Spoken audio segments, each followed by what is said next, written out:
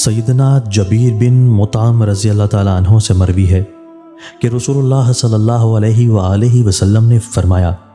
3 خصائل پر مومن کا دل خیانت نہیں کرتا: خلوص کے ساتھ اللہ تعالیٰ کے لیے عمل کرنا،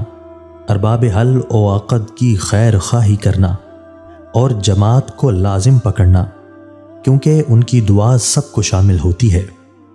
سیدنا ابو ہریرہ رضی اللہ تعالیٰ عنہ سے مروی ہے، وہ کہتے ہیں،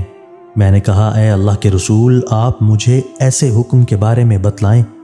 کہ اگر میں اس پر عمل کروں تو جنت میں داخل ہو جاؤں۔ آپ صلی اللہ علیہ وآلہ وسلم نے فرمایا، سلام کو عام کر، کھانا کھلا، صلہ رحمی کر، اور رات کو جب لوگ سوئے ہوئے ہوں تو قیام کر، اور پھر جنت میں سلامتی کے ساتھ داخل ہو جا۔ سیدنا ابو ہریرہ رضی اللہ تعالیٰ عنہ سے یہ بھی روایت ہے کہ رسول اللہ صلی اللہ علیہ وآلہ وسلم نے فرمایا، بے شک اللہ تعالیٰ نے تمہارے لیے 3 چیزیں ناپسند کی ہیں اور 3 پسند۔ اس نے تمہارے لیے ان چیزوں کو پسند کیا ہے کہ تم اس کی عبادت کرو، اس کے ساتھ کسی چیز کو شریک نہ ٹھہراؤ، اور سب کے سب اللہ تعالیٰ کی رسی کو تھام لو، اور یہ کہ تم اپنے امیروں کی خیر خواہی کرو، اور تمہارے لیے یہ چیزیں ناپسند کی ہیں: قیل و قال،